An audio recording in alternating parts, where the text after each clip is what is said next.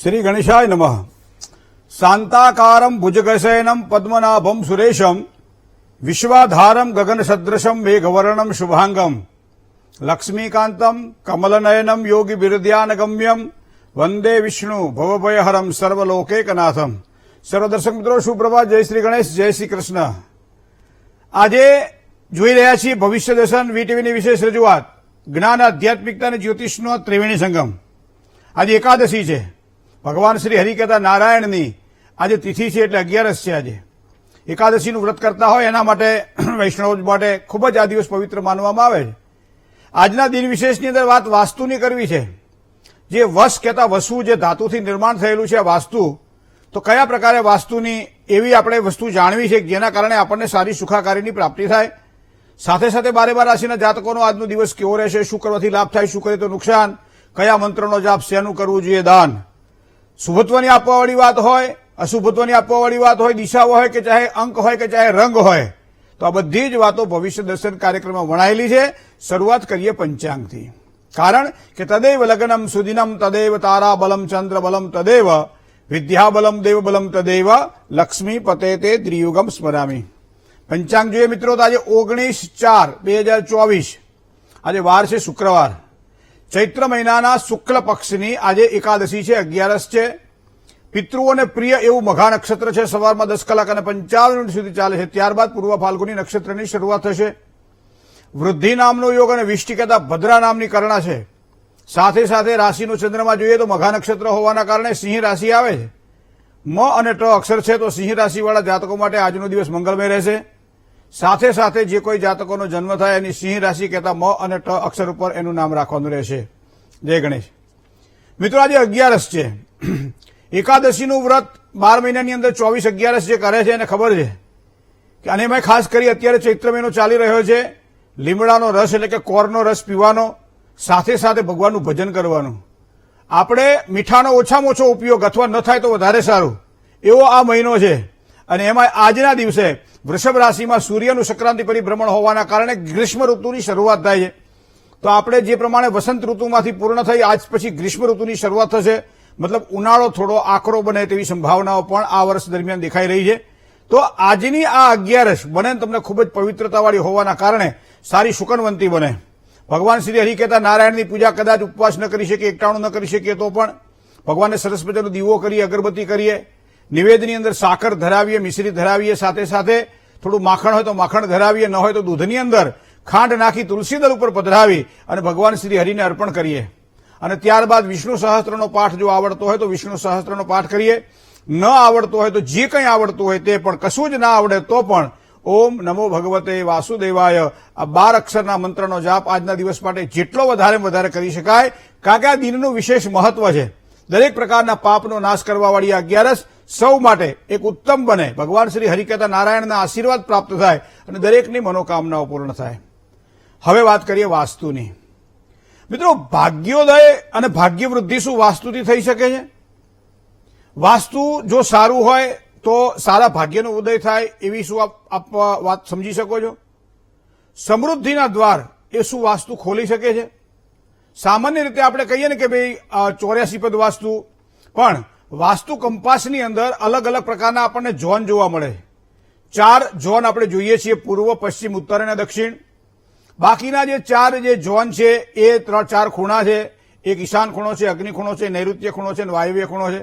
આ 8 વસ્તુઓને તો આપણે જાણીએ છીએ, પણ એની અંદર પણ બીજા 8 એટલે 16 ઝોન એ આવે છે। તો વાસ્તુ કંપાસની અંદર આ 16 ઝોનનું શું મહત્વ છે?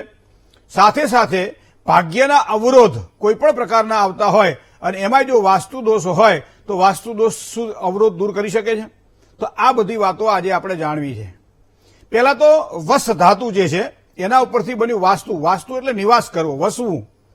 મારે જે ઘરની અંદર વસવાનું હોય, મારે જે ફેક્ટરીની અંદર કામકાજ કરવાનું હોય, મારે જે ઓફિસની અંદર બેસવાનું હોય, મારે જે સ્કૂલની અંદર ભણવાનું હોય, મારે જે હોસ્પિટલમાં દાખલ થવાનું હોય, મારે કોઈ પણ જગ્યાએ આગળ વધવાનું હોય, તો એની અંદર કોઈ પણ જગ્યાએ મારે વસવું તો પડશે ને, બેસવું તો પડશે ને, ક્યાંક વધારે રોકાવું પડશે। તમે જે હોટેલમાં કદાચ બહારગામ જાઓ અને રહેવાનું થાય, તમારો ઉતારો હોય, તો એ પણ તમારા માટે ભલે 4 કલાક કે 8 કલાક, પણ એ શાંતિ અને સુકૂનની શું જગ્યા છે? કોઈ પણ જગ્યાએ તમે હરવા ફરવા જયારે જાઓ છો ત્યારે જે જગ્યા આપણે પસંદ કરીએ છીએ કે ભાઈ આ જગ્યાએ અમે ફરવા ગયા હતા ને આ જગ્યાએ ફરવા ગયા હતા, આપણે વાતો કરીએ ને કે ભાઈ અમે તો મનાલી ફરી આવ્યા ને, અમે તો ઊટી ફરી આવ્યા ને, અમે તો આમ ફરી આવ્યા, શિમલા ફરી આવ્યા, કુલ્લુ ફરી આવ્યા કરીએ, પણ પછી થાકી ગયા કે તો આપણે થાકવા માટે જઈએ છીએ, કુલ્લુ મનાલી થાકવા માટે જઈએ છીએ આપણે, શેના માટે જઈએ? પ્રસન્નતા માટે જઈએ, પણ એ પ્રસન્નતા આપણને મળતી નથી. એનો મતલબ એવો થાય કે જ્યાં આપણે રોકાયા હોઈએ એ જગ્યા આપણા માટે સેટ થતી હોતી નથી. તો મિત્રો, વાસ્તુ દ્વારા ભાગ્યવૃદ્ધિની જયારે વાત આવતી હોય ત્યારે ઘરથી શરૂ કરવું પડે છે. ઘરનો બાળ્યો વનમાં જાય અને વનમાં લાગે આગ. ઘણી વખત આવું આપણને જોવા મળે છે. બળ્યો ઝળ્યો માણસ બહારથી ઘરે આવે અને ઘરે એને શાંતિ અને સુકૂન મળે, એક ગ્લાસ પાણી પીવે, પત્નીની સાથે બાળકોની સાથે થોડો સમય ગુજારે, માતા પિતાને પગે લાગે અને શાંતિથી બેસી અને પોતે એક સારો સમય ક્વોલિટીવાળો પસાર કરે, તો આ પણ એક વાસ્તુનું સારું ચિહ્ન છે. બહારથી આવતાની સાથે જ ઘરની અંદર કકડાટ ઉભા થાય, નવી નવી છોકરાઓ ઓફર કરે, નવી નવી વસ્તુઓની માંગણી કરે, માતા પિતા અસંતુષ્ટ હોય અને પરિવારની અંદર એમ કહેવાય છે ખર્ચ વધી જાય, આવક ઘટી જાય, ત્યારે વ્યક્તિ પરેશાન થઈ જતો જોવા મળે છે. આ પણ વાસ્તુની અશુદ્ધિ જેને કહી શકાય છે, એ વસ્તુ દ્વારા જાણી શકાય છે. ઘરમાં પુરુષ તો કદાચ માનો કે સવારથી સાંજ સુધી નીકળી જાય, બહાર જાય, કામ કરે, રાત્રે આવે, થાક્યો પાક્યો હોય તો કદાચ સૂઈ પણ જાય, પણ જે ઘરની અંદર ગૃહિણી ગૃહમુચ્યતે જેને કહેવાય, ઘરવાળીથી ઘર કહેવાય છે, અને એવા લક્ષ્મી સ્વરૂપી ગૃહિણી ઘરની અંદર જયારે વધારે પડતો સમય વ્યતીત કરતી હોય ત્યારે એને વારંવાર માનસિક અશાંતિ ઉભી થતી હોય, પારિવારિક જવાબદારીઓ વધતી હોય, સંતાનો તરફથી પીડા અનુભવાતી હોય, માતા પિતા કે સાસુ સસરા દ્વારા ક્યાંક ને ક્યાંક નાની મોટી સમસ્યાઓ નિર્માણ થતી હોય, તો આ બધી જ વસ્તુઓ શું આપણને વાસ્તુ દ્વારા જાણી શકાય છે? હા, જાણી શકાય છે. કારણ કે ભાગ્યવૃદ્ધિ જો વાસ્તુ દ્વારા થતી હોય તો ભાગ્યની અંદર અવરોધ પણ વાસ્તુ દ્વારા પ્રાપ્ત થાય છે. અને એટલા માટે આપણા શાસ્ત્રમાં લખ્યું છે કે હંમેશા ઉંબરો ધોવાનું રાખો. હું તો તમને કાયમ કહું છું, પહેલા ઘણી વખત મેં આપને કીધું છે કે ઘરની અંદર જયારે રાત્રિ દરમિયાન તમે તમારા ઘરનો દરવાજો બંધ કરી દો છો અને પછી બધા આરામ કરો છો, ઊંઘો છો, બરાબર, સવારમાં પરોળીએ અથવા તો જયારે કોઈ પણ વ્યક્તિ ઘરનો જે પહેલો ઉઠે અને એ દરવાજો જયારે ખોલવાનો હોય, ચાહે દૂધ લેવા માટે દરવાજો ખોલવાનો હોય, ચાહે સમય થઈ ગયો હોય અને દરવાજો ખોલવો ગમે તે કારણ હોઈ શકે, પહેલો જે દરવાજો ખોલે છે એ સીધો જ દરવાજો ખોલી નાખે છે, બરાબર ને? અશુદ્ધિની સાથે સાથે અશુદ્ધિ પણ ઘરમાં પ્રવેશ કરે છે. તો આના માટે શું કરવું જોઈએ? મિત્રો, એક જ વસ્તુ ખાલી ધ્યાનમાં રાખવાનું છે કે જડ ત્યાં જગદીશ છે અને ભગવાન જગદીશ શ્રી હરિનું જે વાસ્તુ તરફ જે ભાવ છે એ વ્યક્ત કરવાનો અહીંયા.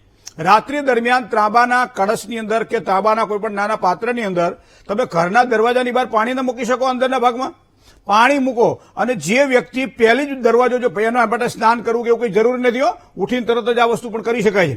દરવાજો ખોલતા પહેલા દરવાજાના અંદરના ભાગની અંદર નિભ્યુક્ષ એટલે આમ અભ્યુક્ષ પાણી કહેવાય, આમ હાથમાં પાણી લઈ અને આ રીતે પાણીનો છંટકાવ આપણે દરવાજાના મધ્ય ભાગમાં જ્યાં આપણે કહીએ ને કે એનો જે આપણે છે ત્યાં કરી શકાય છે.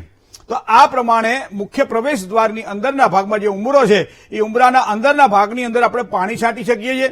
કશું મંત્ર બોલવાની જરૂર નથી, કોઈ તંત્રની જરૂર નથી, કોઈ પૂજાની જરૂર નથી, પણ એ ઉંબરાના દેવ જો સવારમાં તૃપ્ત થાય તો ઘરની અંદર તમે દરવાજો ખોલો એટલે પોઝિટિવ વાસ્તુ તમને પ્રાપ્ત થાય છે અને જેના કારણે તમને સારી સફળતા મળે છે. તો ભાગ્ય વૃદ્ધિ માટે આ વસ્તુને ધ્યાનમાં રાખવી પડશે કે ઘરની અંદર જે વ્યક્તિ પહેલો દરવાજો ખોલે એટલે પાણી છાંટીને પછી દરવાજોને ખોલવો. હવે સામાન્ય રીતે રાત્રિ દરમિયાન બે જગ્યાએ અચૂક પાણી ભરી રાખવું. જો આપણે પાણી નથી ભરી રાખતા તો ક્યાંક ને ક્યાંક આપણને એની નેગેટિવ ઉર્જા જોવા મળે છે. ક્યાં પાણી ભરી રાખવું જોઈએ? એક તો તમારો જે મુખ્ય જે આપણું જે કિચન છે, રસોડું છે, રસોડાની અંદરના ભાગમાં એક નાનકડી પિત્તળની ડોલ લઈ લઈએ અથવા કોઈ પિત્તળનું પાત્ર લઈ લઈએ અને એની અંદર રાત્રિ દરમિયાન જયારે આપણે આપણો ચૂલો બુલો બધું સાફ કરી નાખીએ, રસોડું સાફ કરી નાખીએ, વાસણ ઉટકી નાખીએ, સિંક ધોઈ નાખીએ, બધું જ સ્વચ્છ થઈ જાય, શુદ્ધ થઈ જાય પછી પાણીયારાની જે આપણી જગ્યા છે એની બાજુના ભાગની અંદર પિત્તળના કોઈ પણ પાત્રની અંદર રાત્રિ દરમિયાન આપણે પાણી ભરી રાખવાનું છે. આખી રાત્રિ દરમિયાન એ પાણી ત્યાં જ રહેશે, એનો ઉપયોગ કરવાનો નથી. બીજું પાણી તમારે રાખવાનું છે બાથરૂમની અંદર, જ્યાં આપણે સ્નાનાદિક કર્મથી શરીરને શુદ્ધ કરીએ છીએ, તો ત્યાં પણ પિત્તળનો ઉપયોગ નથી કરવાનો, ત્યાં લોખંડનો ઉપયોગ કરવાનો છે. પિત્તળનો ઉપયોગ કરવાનો છે રસોડાના ભાગની અંદર અને લોખંડની ડોલનો ઉપયોગ કરવાનો છે આપણે બાથરૂમની અંદર. તો આ બે જગ્યાએ તમારે નિયમિત રીતે રાત્રિ દરમિયાન ચોખ્ખું કરી અને પાણી ત્યાં ભરી રાખવું અને આખી રાત્રિ દરમિયાન ત્યાં પાણી રહે એવી વ્યવસ્થા કરવી. આ પ્રમાણે કરેલી વ્યવસ્થા તમને ખૂબ જ સારો લાભ કરાવડાવે. પણ સવારમાં પાણીને કરવું શું, તો કે પાણીયાળાનું પાણી જે પિત્તળની ડોલવાળું છે અને અહીંયા જે આપણે લોખંડની ડોલવાળું પાણી એ બે ભેગું કરો અને ઘરની બહારના ભાગમાં આપણો જે મુખ્ય દરવાજો હોય એની બહારના ભાગમાં એને તમે ઢોળી દો છો. તો એ પ્રમાણે તમે કરો છો તો તમારું વાસ્તુ શુદ્ધ થાય છે. બીજું, ઘરની અંદર જેને ટોયલેટ છે એના દરવાજા મોટા ભાગે જયારે ખુલતા હોય ત્યારે બંધ થતા હોય ત્યારે મોટા ભાગે ક્યાંક દરવાજાઓ છોકરાઓ નાના હોય ત્યારે ખુલ્લા રહી જતા હોય છે. ક્યારેક વારંવાર દરવાજાઓ ખોલતા આપણને જોવા મળે છે. આવા સમયે જે નેગેટિવ એનર્જી છે આખા ઘરમાં પ્રવેશ કરે છે. તો આવા સમયે જે આપણો બાથરૂમ જો હોય એની બાજુમાં જ એટેચ ટોયલેટ જો હોય અથવા તો સ્વતંત્ર ટોયલેટ હોય તો 7 ફૂટની ઊંચાઈ તમે એટલે લિન્ટર કહીએ આપણે. લિન્ટરના ઉપરના ભાગની અંદર નૈઋત્ય ખૂણાની અંદર કાચનું એક આખું સરસ બધાનું બનાવી દેવામાં આવે અને એની ઉપર તમે મીઠું રાખો છો. પણ મીઠું શેમાં રાખવાનું છે? કાચમાં જ રાખવાનું છે. કાચના બાઉલની અંદર મીઠું ભરી અને દર શનિવારના દિવસે મૂકી દેવાનું. તો એ પ્રમાણે શનિવારે મીઠું ભરી દો, બીજા શનિવારે મીઠું લઈ લો, એને ઓગાળી નાખો, બહાર ફેંકી દો અને પછી નવું મીઠું ભરો. તો આ પ્રમાણે તમારા ઘરમાં વાસ્તુની વૃદ્ધિ થાય, ભાગ્યની વૃદ્ધિ થાય, સારું ફળ મળે. સાથે સાથે જ્યારે પણ આપણને નેગેટિવિટી લાગતી હોય ત્યારે પોતાના પાણીમાં થોડુંક મીઠું નાખી અને એના દ્વારા પોતું કરીએ આપણે તો પણ એમ કહેવાય છે કે વાસ્તુ આપણા સમૃદ્ધિના દ્વાર ખુલે છે. તો મિત્રો 16 પ્રકારનું વાસ્તુ છે, 36 પ્રકારનું વાસ્તુ છે, 34 પ્રકારનું અલગ અલગ પ્રકારના વાસ્તુના આપણને જોવા મળે છે, જેમાં ભાગ્ય પણ ખુલે છે, જેમાં અવરોધ પણ આવે છે. પણ નાની નાની બાબતો આપણે ઘરે કરી શકાય એવી વસ્તુ પણ જો કરી અને વ્યવસ્થિત રીતે વાસ્તુ દોષમાંથી મુક્ત થવા માટે પ્રયત્ન કરીએ તો આજ પણ ભગવાન શ્રી વાસ્તુદેવ આપણને સારામાં સારા આશીર્વાદ પ્રદાન કરે છે. જય ગણેશ. કોલર મિત્ર સાથે વાત કરીએ. Hello hello hello. જય ગણેશ. હેલો. Hello hello. હા બોલો. મારા બાબા વિશે પૂછવું હતું. હા, એની જન્મ તારીખ છે 21/11/2005. 21/11/2005. સમય રાત્રે 9:37. 9:37. જન્મ સ્થળ અમદાવાદ. શું પ્રશ્ન હતો? એનું છે ને મગજ આમ એ નથી. અમુક વખત એવું લાગે છે કે એને શું મન બુદ્ધિ છે કઈ ખબર નહીં પડતી. આપણે કોઈ વાત કરીએ તો કોઈ વાત સમજતો નથી. પછી આપણને એવું પણ લાગે છે કે સારું છે એનું કઈ ખબર નહીં પડતી. 2 જગ્યાએ જોવડાવ્યું તો એમ કે છે કે એનો પિતૃદોષ છે. તો શું એવું કઈ લાગે છે કે પિતૃદોષ નડે છે એને? કેટલા વર્ષ થયા એને? જો ને 18મું ચાલુ થયું. હવે 18મા વર્ષે એનું છોકરાને બહુ આમ પિતૃદોષ હોય? ચિંતા બહુ રહે છે એના ભવિષ્યમાં શું થશે. એમ નહીં, 18 વર્ષે પાછળ શું પિતૃદોષ થશે? હોય. ઘણી વખત આપણી અંધશ્રદ્ધા આપણને ક્યાંક ને ક્યાંક ડૂબાડતી હોય છે. 2 વસ્તુ આપણે કુંડળીમાં જોઈએ છીએ અને જ્યોતિષશાસ્ત્રના આધારે વિચાર કરીએ છીએ. કોઈ પણ વ્યક્તિ રસ્તો ઓળંગવાનો હોય, શહેર હોય અને વધારે ટ્રાફિક હોય એટલે રસ્તો ઓળંગવાનો હોય ત્યારે અમુક વ્યક્તિઓ ભગવાનનું સ્મરણ કરતા કરતા કોન્ફિડન્સ સાથે રસ્તો ઓળંગી જાય છે. આને આપણા શાસ્ત્રમાં શ્રદ્ધા કીધી છે. ક્યારેક એવું લાગે કે ભાઈ ના ભાઈ આટલો બધો ટ્રાફિક ઓછો થાય, આગળ કોઈ લાલ લાઇટ થાય અને ટ્રાફિક ઓછો થાય પછી જ હું રસ્તો ઓળંગીશ. આપણે રિસ્ક લેવું નથી. ભગવાન હોય કે ના ખબર નથી પણ આપણે કોઈ એવું રિસ્ક લેવું નથી અને એ માણસ ત્યાં ઉભો રહી જાય છે અને ટ્રાફિક હળવો થાયની રાહ જુએ છે. એને આપણે અશ્રદ્ધા કહીએ છીએ. પણ ભગવાનનું નામ લે, ધીમી ગતિએ ચાલે, ટ્રાફિકનું ધ્યાન ન રાખે અને પછી એક્સિડન્ટ થાય, આને આપણે અંધશ્રદ્ધા કહીએ છીએ. તો આપણે કયા તરફ જઈ રહ્યા છીએ? પિતૃદોષ કોઈ કે આપણે માની લીધું પિતૃદોષ છે, પણ બાળકના વિકાસની અંદર માતા પિતાની જે ભૂમિકા છે એ ભૂમિકા આપણે બહુ જ ધ્યાનથી નિહાળ કરતા હોઈએ. અને ક્યારેક નાનકડું બાળક અમે જોયું છે. હવે 5 કે 6 વર્ષના બાળકને તમે ડાયાબિટીસ જોયો કોઈ દાડો? આવે છે. 6, 7, 8 વર્ષના બાળકને જે ચશ્મા છે ને એ જાડા કાચવાળા ઘણા જોઈએ છે અમે. તો એની પાછળ આગળ પાછળનું ઘણું બધું કારણ હોઈ શકે. હું તમને કુંડળીના આધારે બેન વાત કરું કે અહીંયા કેતુ બેઠેલો છે સૂર્ય સાથે યુતિમાં 6ઠ્ઠા સ્થાનમાં. પિતૃદોષ તો છે જ, પણ હવે 3 એટલે પિતા, પુત્ર અને એનો સંતાન 3 જે કુંડળીઓ આવે એમાં સળંગ જો આ પ્રમાણે રાહુ અને સૂર્ય આવતો હોય, કેતુ અને સૂર્ય આવતો હોય ત્યારે પિતૃદોષ બને. કોઈ એક વ્યક્તિની કુંડળીમાં પિતૃદોષ બનતો નથી.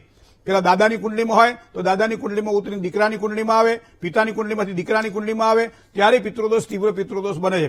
કુંડળી આપણને સંકેત કરે છે. પણ તમારા જે પ્રશ્નો છે મન સાથે જોડાયેલા છે. મનનો કારક ગ્રહ ચંદ્રમા છે. હવે ચંદ્રમા જો કુંડળીને આપણે ધ્યાનમાં રાખવા જઈએ તો એનું બળ થોડું ઓછું દેખાઈ રહ્યું છે. કારણ કે સિંહ રાશિનો ચંદ્રમા છે તો એનો મતલબ તૃતીય સ્થાનમાં રહેલો આ ચંદ્રમા. હું તો કહું મહાદેવજીની પૂજા વધારે વધારે થાય એટલી કરવા પ્રયત્ન કરવો જોઈએ. ઓમ નમઃ શિવાય મંત્ર તમારા ઘરમાં એક નાનકડું સ્ફટિકનું જો શિવલિંગ હોય તો એના પર દર સોમવારે 21, 51 કે 108 તમે ચમચી ભરી દૂધ ચડાવો અને દૂધ તમે બાળકને પીવડાવો પ્રસાદ તરીકે. કદાચ ભગવાન ગણપતિની કૃપા થાય, મહાદેવજીના આશીર્વાદ થાય તો સારા ફળની પ્રાપ્તિ થાય. પણ હા, તમે કહ્યું એ પ્રમાણે પિતૃ શાંતિની પૂજા પણ કરાવડાવી લેજો. પિતૃના આશીર્વાદ થશે તો પણ આપણને સારા ફળની પ્રાપ્તિ થશે. જય ગણેશ. કર્ક, સિંહ અને કન્યા રાશિના જાતકોનો કેવો રહેશે આજનો દિવસ? વાત તુલા રાશિની વાત કરતા પહેલા કોલર મિત્ર સાથે પણ વાત કરી લઈએ. હલો, હેલો, જય ગણેશ. જય ગણેશ. હા મારે મારા ભાઈ માટે પ્રશ્ન હતો. હા, એનું નામ છે ગૌરાંગ ગૌરાંગ. હા, અને જન્મ તારીખ છે 21/7/91, બરાબર. બપોરે 3 વાગે, હા, અને જન્મ સ્થળ મોરબી. બરાબર. એની સગાઈ થઈને તૂટી ગઈ અને 2-3 વર્ષ થઈ ગયા, પણ એને લગ્નના યોગ ક્યારે તો છે? કેમ તૂટી ગઈ? છોકરીને ડાયાબિટીસ હતું. તો ડાયાબિટીસ ના કરાય? તો એ છોકરી કે મારે ડાયાબિટીસ શું હતું તેને તોડી વાયરી, છોકરી વાળાએ તેને તોડી વાયરી. કે ભાઈએ તોડ્યું? ના, છોકરીએ તોડી. કે આની દવા શરૂઆતથી જ મારે ક્યાં કરવી એમ?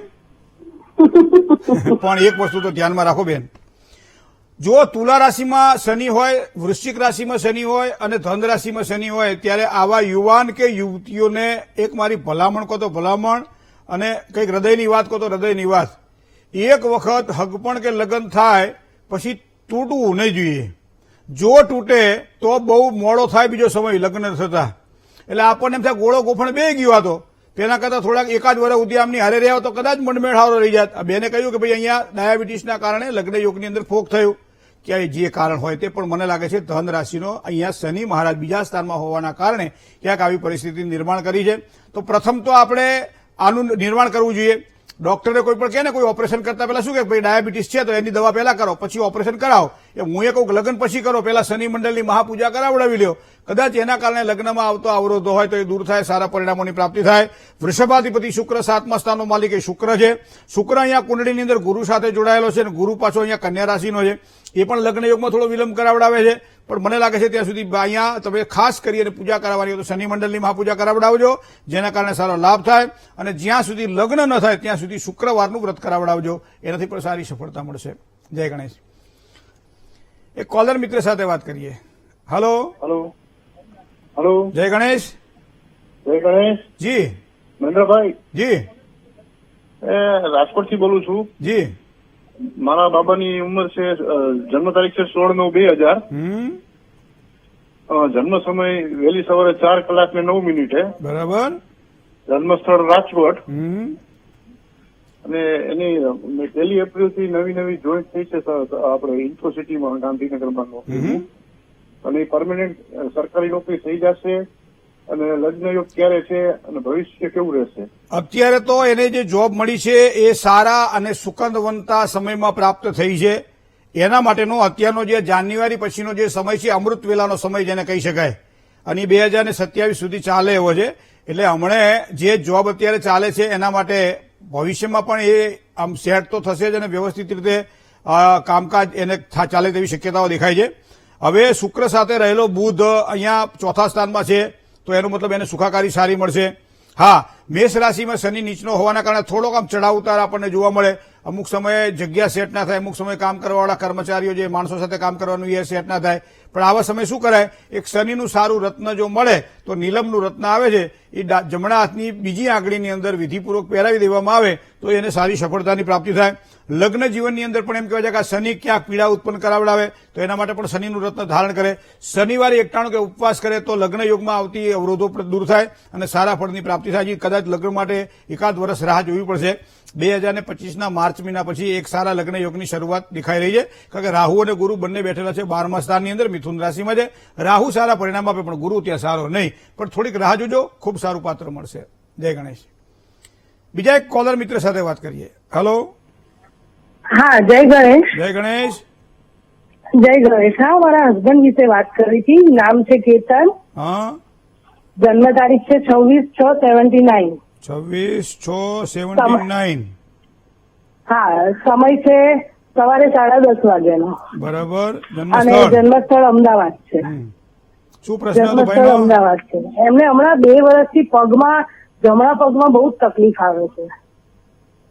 એ તકલીફ મળતી જ નથી. કંઈક નું કંઈક કાં તો એક્સિડન્ટ થાય, કાં તો વાગે, કાં તો કંઈક નું કંઈક ચાલુ રાખે છે. રાહુ અને ગુરુ સિંહ રાશિની અંદર છે.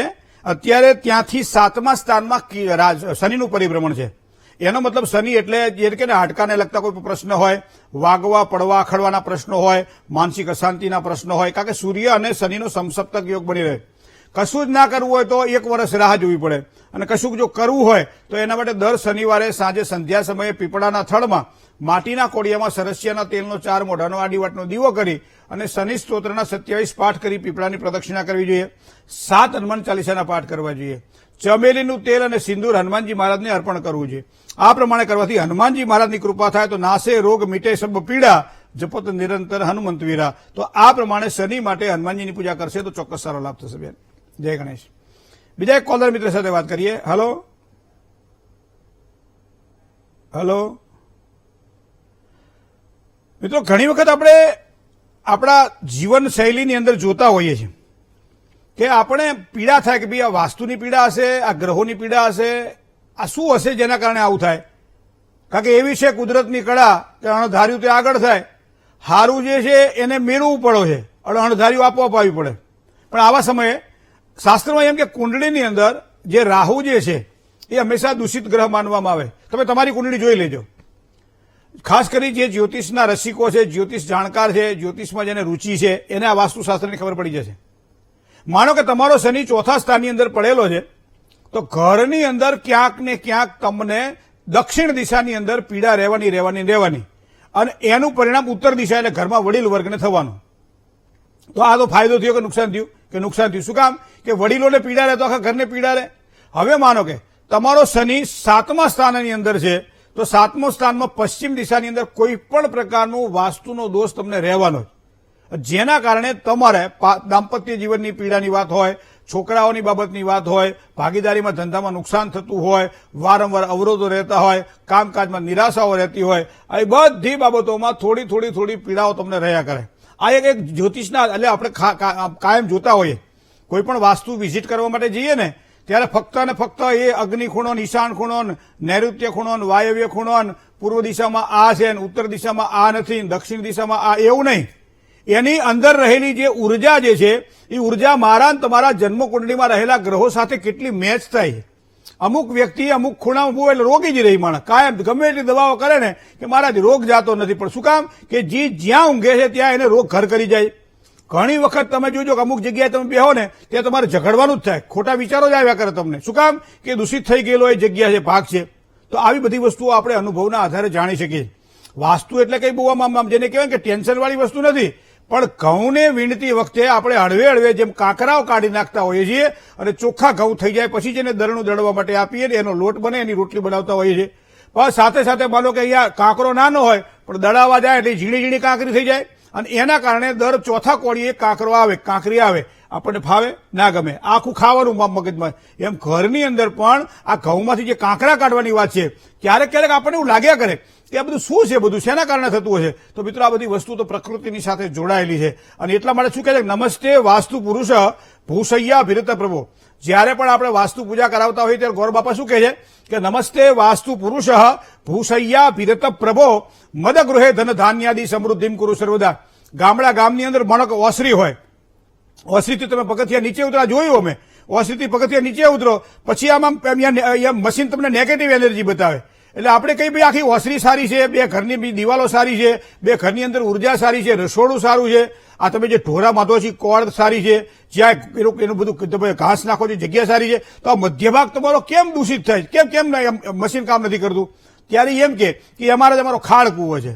તો વિચાર કરો કે ઘરના મધ્ય ભાગની અંદર જયારે આપણે ખાડ કૂવો કરતા હોઈએ તો તરત જ આપણને ખબર પડી જાય કે હવે મૂળ કારણ આ વસ્તુ છે કે આ વસ્તુના કારણે આ વસ્તુ થઈ છે. ત્યારે ફરજિયાત કહેવું જ પડે કે આ ખાડ કૂવાને બુરી નાખવામાં આવે અને બીજી જગ્યાએ ખાડ કૂવાનો ઉપયોગ કરવામાં આવે તો સારી સફળતાની પ્રાપ્તિ થાય. ઘણી વખત તમારા ઘરની બહારના ભાગમાં પણ અમુક પાણીના વહેણ જતા હોય આપણે કઈ કોઈ ગટરની લાઈન જતી હોય અથવા તો કોઈ પાણીની નીક જતી હોય તો ખરાબ અને દૂષિત પાણી તમારા ઘરના અગ્રભાગ એટલે આગળના ભાગમાં તમારો જે મુખ્ય દરવાજો હોય એની આગળના ભાગમાં ઘરનું પાણી તમારું જતું હોય અને ખોટું પાણી હોય અને તમારે એના ઉપરથી જો ઓળંગવાનું હોય તો સમજી લો એ ઘરની અંદર વારંવાર નાના મોટા શરીરને પીડાજન્ય રોગ ઉભા થાય જે પાણીજન્ય રોગ કહી શકાય. તો આ બધી વસ્તુઓ જાણવાની હોય. તમે ઘણી વખત જોજો ઘરની અંદર નૈઋત્ય ખૂણો જે છે ને આમ તેમ કે પિતૃઓનો ખૂણો માનવામાં આવે અને એટલા માટે નૈઋત્ય ખૂણાને આપણે ઢાંકી રાખીએ છીએ. નૈઋત્ય ખૂણામાં આપણે વજન રાખીએ છીએ. નૈઋત્ય ખૂણામાં આપણે વાદળી પડદાઓ રાખીએ છીએ. નૈઋત્ય ખૂણાની અંદર આપણે વજનવાળી વસ્તુઓ રાખીએ છીએ. શું કામ? એ પિતૃઓનો ખૂણો છે. સામાન્ય રીતે માણસના આખા શરીરમાં જયારે વધારે કામ કરતો હોય ત્યારે દુખતા હોય તેને પગ દુખે. એ માથું ના દુખે, પેટ ના દુખે, એના પગ દુખે. અને પગ દુખે ત્યારે ઘરડો માણસ શું કે છોકરાઓને કે છોકરાઓ પગ દબાવી દો બેટા, બહુ દુખે છે, તેલનું માલિશ કરી દો, બામ લગાવી દો, થોડું ઘી ઘસી દો. શું કામ? કે પગ દુખે છે. તો પગ દુખતા હોય અને આખું શરીર પીડા અનુભવતું હોય એટલે નૈઋત્ય ખૂણો જયારે દૂષિત હોય ત્યારે સમજી લો પગ દુખે છે. અને આવા ઘરમાં જે વ્યક્તિઓ છે ને રોગી અને ઋણી થતા હોય છે. તો એના માટે નૈઋત્ય ખૂણાને પણ આપણે એમ કહીએ કે યોગ્ય રીતે જો રાખવો. આ બધી ઘણી બધી બાબતો વાસ્તુની છે. પણ અત્યારે વાત કરીએ આપના પ્રશ્નોના જવાબ, શું કરવું શું ન કરવું, શેનાથી લાભ, શું કરે નુકસાન, એની વાત પણ કરીએ નાનકડા વિરામ બાદ. વિરામ બાદ સૌ દર્શક મિત્રોનું હાર્દિક સ્વાગત છે ભવિષ્ય દર્શન કાર્યક્રમમાં. એક કોલર મિત્ર સાથે વાત કરીએ. Hello hello. જય ગણેશ. હા, જય ગણેશ. મહેન્દ્રભાઈ જી, મારે મારા બાબા માટે પૂછવું હતું. શું હતું બાબાનું નામ? કહાન નામ છે, જન્મ તારીખ 8/9/2004, સમય 10:10 રાત્રે, સ્થળ સુરેન્દ્રનગર. બરાબર. હા, શું પ્રશ્ન હતો? સમય એને 12માની એક્ઝામ આપી છે, હવે બીબીએ કરવાની ઈચ્છા છે પણ એને ધંધામાં થોડું વધારે રસ છે, શું કરીએ? અત્યારે એને તમારે જો કરાવવાનું હોય તો હજી 4 વર્ષ એને અભ્યાસ કરાવવો પડશે.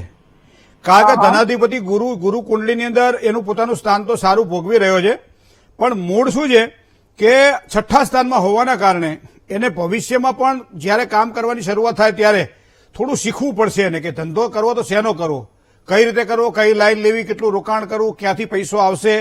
કદાચ પૈસો જે આપણે રોકી રહ્યા છીએ રોકાણમાં થોડી અગવડ સગવડ થાય અને કોઈનો લીધેલો હોય, ચાહે બેંકનો લીધેલો હોય, ચાહે બાપા પાસે લીધેલો હોય, ચાહે હગાવાલા પાસે લીધેલો હોય, પૈસો પાછો આપી શકાય કે ના આપી શકાય. તો ભાગ્યસ્થાનમાં રહેલો આ ગુરુ 6ઠ્ઠા સ્થાનમાં બેઠેલો હોવાના કારણે આ પીડા આપે. બીબીએ અભ્યાસક્રમની અંદર તેને સારી સફળતા, ધીમી ગતિએ સફળતા મળે પણ અભ્યાસમાં રૂચિ થોડી ઓછી છે. તો એના માટે ગુરુનું રત્ન પોખરાજ આવે છે બેન. પોખરાજનું રત્ન 4 થી 6 કેરેટનું લેવાનું. સોનામાં મઢાવી શકાય તો સોનામાં, ને તો પંચધાતુમાં વીંટી બનાવી જોઈએ. અત્યારે એક નવી પણ એક ક્રેઝ નીકળી વીંટી બનાવવાની. ઉપરના ભાગમાં જે રિંગ બનાવવાની હોય ને એ રિંગ સોનાની બનાવે છે અને બાકીનો નીચેનો ભાગ એ ચાંદીનો બનાવે છે અને એની ઉપર રત્ન મઢે છે. એટલે સોનાનું અત્યારે 72-75 હોનું પહોંચ્યું. હવે આ તો નંગ નડે એના કરતાં પછી હોની વધારે નડે.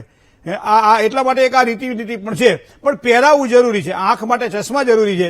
તો જયારે ગ્રહો નબળા પડતા હોય ત્યારે રત્ન જરૂરી છે. તો એક સારું રત્ન પોખરાજનું લઈ લેવાનું અને આ રીતે જો એને પહેરાવવામાં આવે તો અભ્યાસમાં સારી સફળતા મળશે. 3 કે 4 વર્ષથી જે અભ્યાસમાં સારી સફળતા મેળવે અને ત્યારબાદ એને સારું ફળ પ્રાપ્ત થાય. ધંધો કરી શકશે પણ થોડોક ટાઈમ છે એની પાસે. જય ગણેશ. બીજા એક કોલર મિત્ર સાથે વાત કરીએ. હેલો, હું રાજકોટથી નૈનાબેન બોલું છું. જય ગણેશ. હા નૈનાબેન, જય ગણેશ. મારા બાબા માટે પ્રશ્ન છે. હા, એની જન્મ તારીખ છે 20/11/93. પછી જન્મ સ્થળ છે માધવપુર ઘેડ. બરાબર. જન્મ સમય છે 1:15 થી 1:30 બપોરે. બપોરે. બરાબર. છે ને એ સગાઈ નથી થઈ તો શું કારણ છે? વાત આવીને અટકી જાય છે, સાવ કાંઠે આવીને. કાંઠે આવીને અટકી જવાનું કારણ તમને કહું, વૃશ્ચિક રાશિમાં ગુરુ મહારાજ બેઠા છે. હવે વૃશ્ચિકનો ગુરુ એટલે સામાન્ય લગ્નમાં તો વિલંબ કરાવડાવે. 31 વર્ષ, 33 વર્ષ, 35 વર્ષ, 38 વર્ષના દાખલા જોયા છે. તો એના માટે તમારે અહીંયા વૃશ્ચિક રાશિમાં અહીંયા ગુરુ હોવાના કારણે બૃહસ્પતિ શાંતિની પૂજા વ્યવસ્થિત રીતે પદ્ધતિસરની જો કરાવવામાં આવે તો સારી સફળતાની પ્રાપ્તિ થાય. બાકી આ વર્ષે એના લગ્નના યોગ તો દેખાઈ જ રહ્યા છે. કુંભ રાશિમાંથી મીન રાશિમાં જયારે શનિ મહારાજ પ્રવેશે એ પહેલા એનું ઘર મંડાય આવી શક્યતાઓ પણ દેખાઈ રહી છે. જય ગણેશ. બીજા એક કોલર મિત્ર સાથે વાત કરીએ. હેલો. હેલો. જય ગણેશ. હા, જય ગણેશ. મારું નામ કલ્પિતા છે. બરાબર. અને હું મારા વિઝા માટે પૂછવાનું છે. મારા મિસ્ટરનો જન્મ સમય ને હું આપો. 6/10/61 છે. સમય છે સાંજના 5:30. બરાબર. અને સ્થળ અમદાવાદ. હા હા હવે 4 વખત વિદેશના વિઝા માટે ઉભા રહ્યા છીએ અમે, પણ અમને વિઝા નહીં મળતા. અને હવે અમારે ફોર્મ ભરવું છે તો ક્યારે અમે ભરીએ અને ડેટ લેવાની છે વિઝા માટે, ક્યારે લઈએ? વૃશ્ચિકાધિપતિ ભૌમ મંગળ કુંડલીમાં તુલા રાશિનો સૂર્ય સાથે જોડાયેલો છે 8મા સ્થાનમાં બેન. તો પહેલા તો પરદેશના યોગ જ ઉભા થતા નથી અત્યારે. એના માટે તમારે થોડી રાહ જોવી પડશે. તારીખો લો, જાઓ વિઝા લેવા માટે, રિજેક્ટ થાઓ, પાછા આવો, પાછું 15 દાડા મહિના સુધી મગજની અંદર એની વસ્તુ રહ્યા કરે.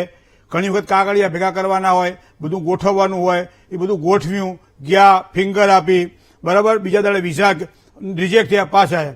હવે મૂળ વસ્તુ આ છે કે આ બધું થવાના કારણો કયા હોઈ શકે? ઘણી વખત તમે લોકો અમુક ખાલી પ્રયત્ન કરે અને એને સફળતા મળતી હોય છે, અને ઘણા ચૈન પ્રયત્ન કરે અને છતાં સફળતા મળતી હોતી નથી. સંતાનો ત્યાં પરદેશ હોય તો પરદેશ જવાનું હોય, કામકાજ હોય તો પરદેશ જવાનું હોય તો ત્યાં પરદેશ જવાનું હોય, અથવા ધંધા માટે, નોકરી માટે, અથવા ભણવા માટે જવાનું હોય.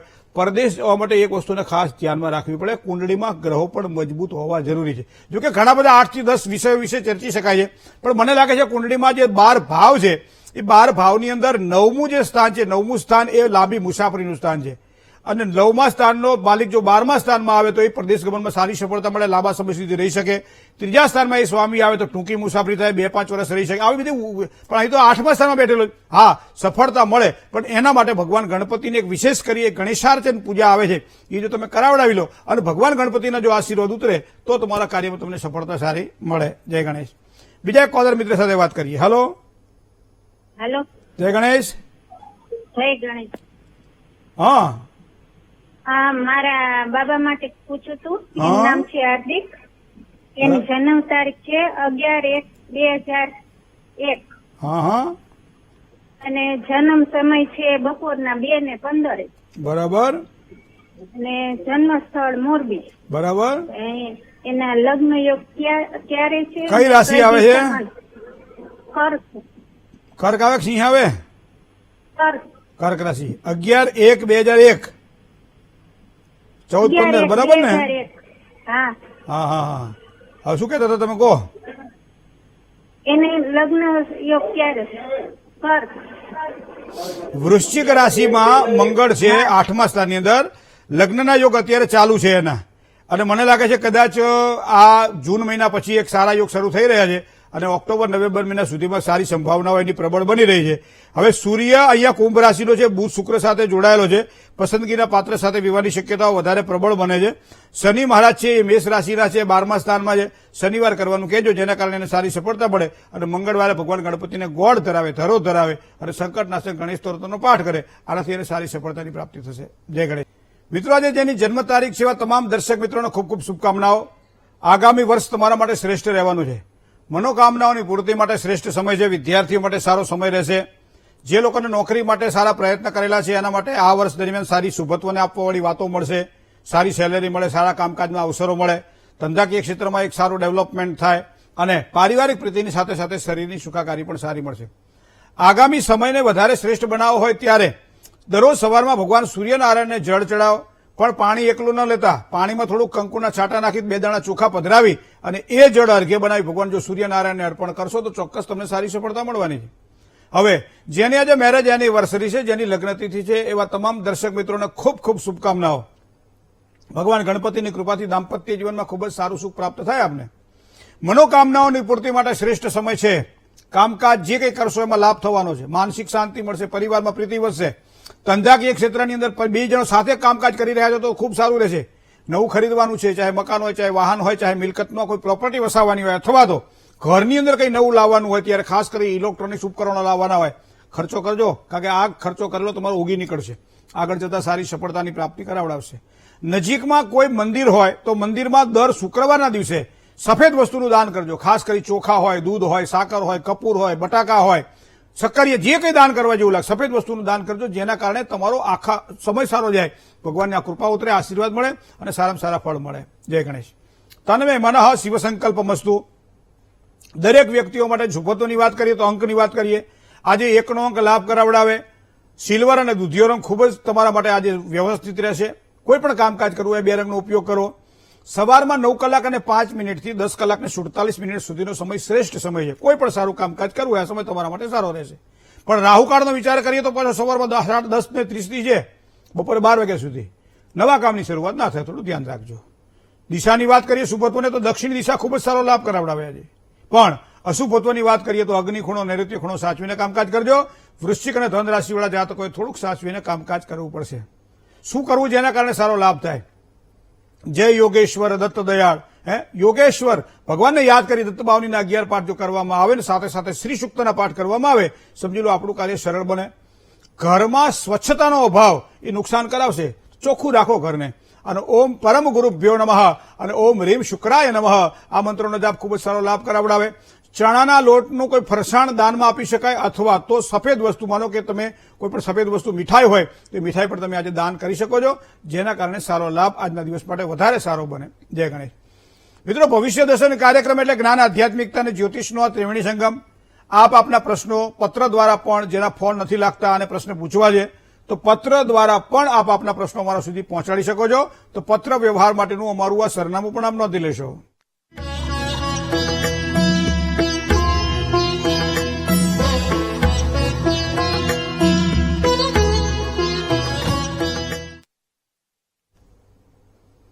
રૂબરૂ મળવું હોય તો અહીંયા મોબાઈલ નંબર પણ આપવામાં આવે છે, જેમાં આપણે એપોઇન્ટમેન્ટ લેવાની હોય છે, સમય લેવામાં આવે છે અને એ સમય પ્રમાણે અહીંયા એડ્રેસ પણ આપવામાં આવે છે.